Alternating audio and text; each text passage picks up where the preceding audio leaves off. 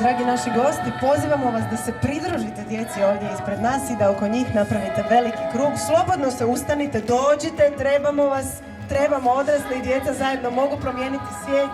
Ustanite se na noge, nemojte ostati sjediti, bit će vam žao.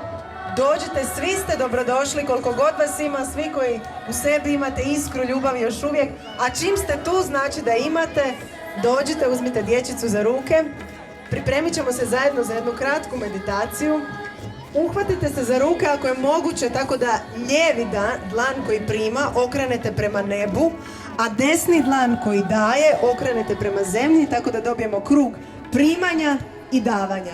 I svi koji još uvijek sjedite, dođite, pridružite nam se u veliki krug, svi zajedno ćemo izmeditirati ljubav. Vodit će nas naša divna Goga. To all of you who are seeing this and want to participate, please do join the circle, join the children, join the Zadar people, and let's sprinkle some love back to the earth. So we invite everyone, please do not be shy. This is a unique opportunity to be together, to reunite today in Zadar.